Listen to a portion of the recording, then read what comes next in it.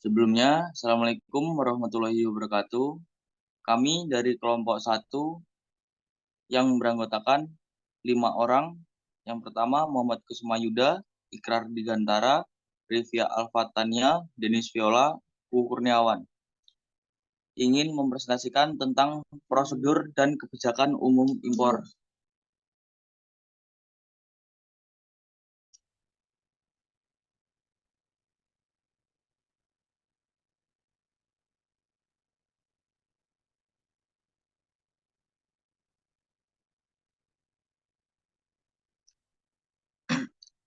Prosedur impor. Impor adalah kegiatan memasukkan barang ke dalam daerah pabean.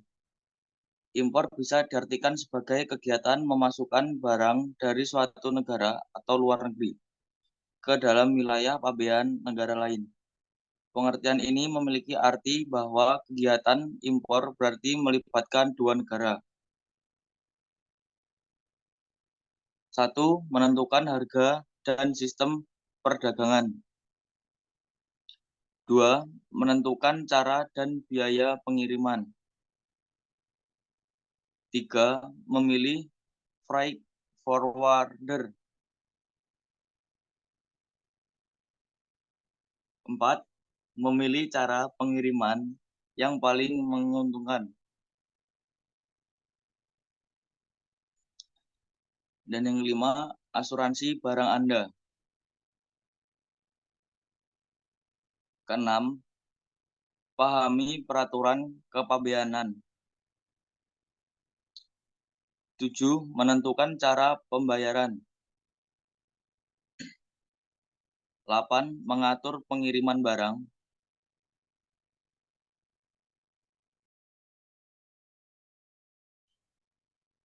Prosedur impor. Dalam upaya kelancaran impor barang dan untuk kepentingan negara, pemerintah mengatur barang yang diimpor dan prosedur impor. Prosedur impor barang bukan sesuatu yang tidak berubah, tetapi prosedur diatur supaya jangan sampai terjadi. Pertama, merugikan investor dalam negeri untuk produk. Yang kedua, tidak merugikan konsumen di dalam negeri. Yang ketiga, tidak merugikan negara. Importir wajib menyampaikan laporan realisasi secara tertulis kepada Direktur Impor setiap bulan, paling lambat tanggal 15 bulan berikutnya, dalam hal importisasinya terrealisasi atau tidak terrealisasi.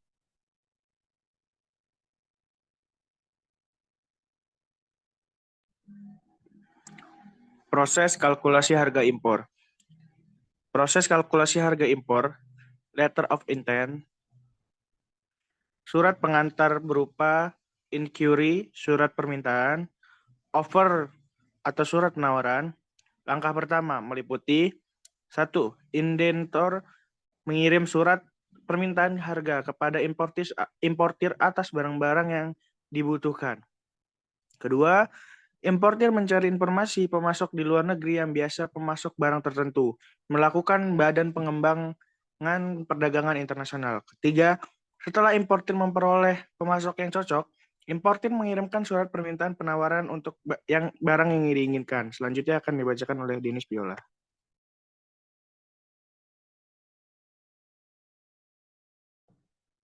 Selanjutnya, kebijakan umum impor.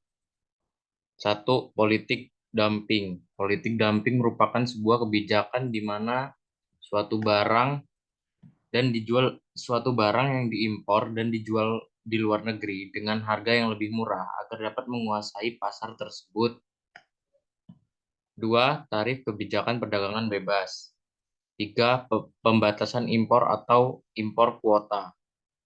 4. Subsidi impor. Selanjutnya akan dibacakan oleh Rivia Alfatania. Tujuan kebijakan impor dan kebijakan larangan. Kebijakan impor bertujuan untuk menjaga neraca pembayaran dan atau neraca perdagangan, memagari kepentingan nasional dari aspek K3LM atau kesehatan, keselamatan, keamanan, lingkungan hidup, dan moral bangsa. Selanjutnya, melindungi dan meningkatkan pendapatan petani. Yang selanjutnya, mendorong penggunaan produksi dalam negeri. Setelah itu, kebijakan larangan. Selanjutnya, kebijakan ini dimaksudkan untuk melarang masuknya produk-produk asing ke dalam pasar domestik. Hal ini dilakukan karena alasan politik dan ekonomi. Untuk alasan ekonomi, pelarangan impor bertujuan untuk melindungi dan meningkatkan produksi dalam negeri. Sekian presentasi dari kelompok kami. Kurang lebihnya kami mohon maaf. Saya akhiri. Wassalamualaikum warahmatullahi wabarakatuh.